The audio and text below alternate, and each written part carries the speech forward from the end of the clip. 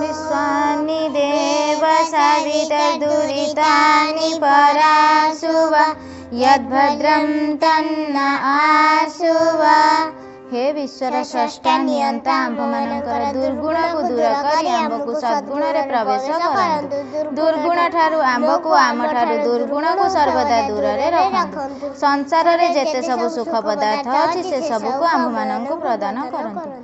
एठारे उपस्थित थिबा मोर समस्त पूजनीय गुरुजन मानंकु मोर भूमिष्ठ प्रणाम जणाउछि।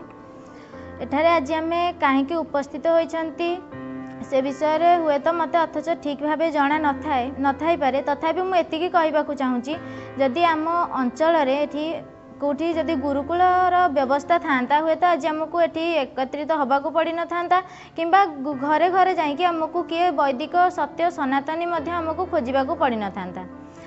मु प्रथमे कहबी जे कहबाकू चाहूँगी जे प्रथमे आमको एथिप्रति ध्यान देबाकू पड़िबो कि आमे प्रथमे प्रत्येक ग्राम रे गोटे गोटे गुरुकुलर निर्माण किपरि हेई परिबो सेथिप्रति आमे ध्यान देले हुए तो आमको आउ एपरी कार्य करबाकू पड़िबोनी।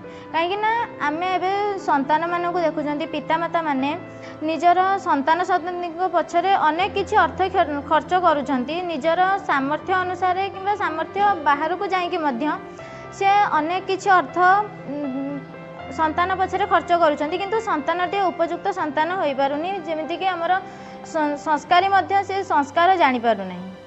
एटा केवल हमर गुरुकुलीय शिक्षा व्यवस्था ही जाना पड़ी थाए एवं गोटे आचार्य बा गोटे शिक्षकर संतान प्रति किपरि व्यवहार रहिबा उचित सेता मध्य वेदरे कुआ जाइछि।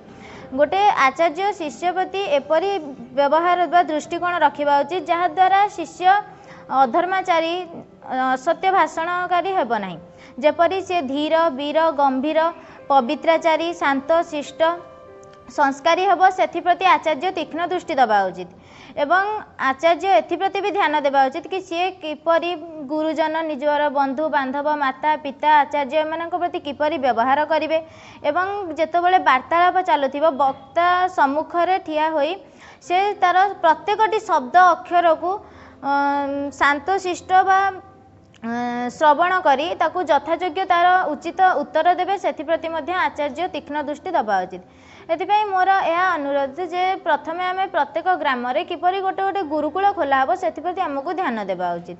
आ हमर वेदरे कहा जायछि मातृ देवो भव पितृ देवो भव आचार्य देवो भव अतिथि देवो भव माने हम प्रथम गुरु गोटे संतानर प्रथम गुरु होउछि माता जे कि गोटे संतान को सभ्य शिक्षित संस्कारी करिपारे किंबा असभ्य अशिक्षित असंस्कारी मध्य करिपारे। सेतिपाई आज एठी अल्प किछि समय थिबा मध्यरु मु गोटे हमर गीत संगीत भी अछि जाहाकु मु एठी परिस्तुत करि परिबि नाही किंतु ता मु केबे करि देबी। हमर अछि प्रथम शिक्षक होउछि गुरु संतानर माता जे कि 5 वर्ष पर्यंत निजर संतान को जेपरि शिक्षा देबो एमिति समाज रे कोनोसी शक्ति नाही जे कि ताको अबाट को आनि परिबो।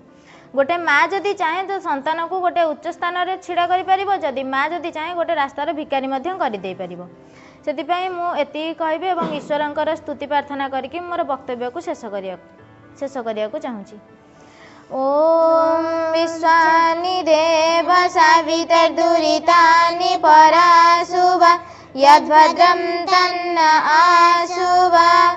ओम हिरण्यगर्भः समवर्तताग्रे भूतस्य जातः पतिरेक आसीत् सदाधारः पृथिवीं द्यामूर्ते मं कस्मै देवाय हविषा विधेम।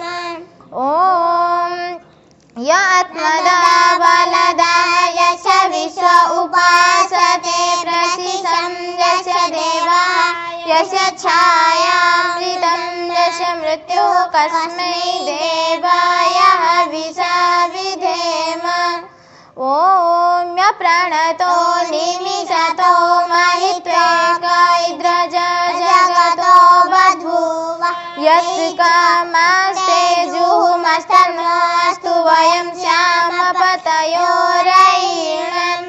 ओम येन द्यौरुग्रः पृथिवीं च दुढाजेन सहस्रभीतं येन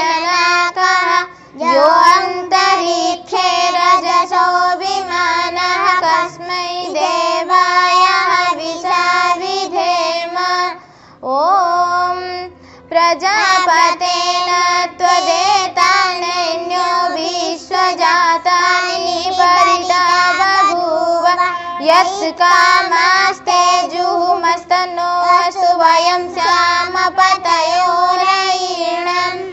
ॐ सन्नो वधुजनिता सविधाता धामानि वेद भुवनानि विश्व यत्र देवा अमृतो मानसन्ति ये धामन्नधेरयन्त।